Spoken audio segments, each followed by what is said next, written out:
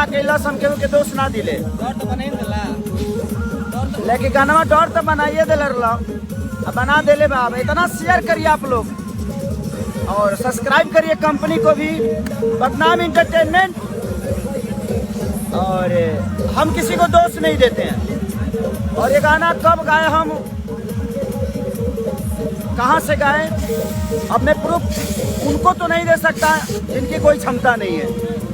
जिनको देना है मैं अपने गायकी से, अपने डांस से, अपने लिरिक्स से अपने भाइयों को दे चुका हूँ, अपने जनता को दे चुका हूँ जो मुझसे मोहब्बत करते हैं। और मुझे डिस्टर्ब करने वाले शायद 10 होंगे, लेकिन मुझे लगता है ना ये करोड़ों में प्यार करने वाले लोग हैं। तो मुझे उनको तो मैं प्रूफ नहीं दे सकता जो खुदे मुझे गाली देकर अपना घर चलाते हैं।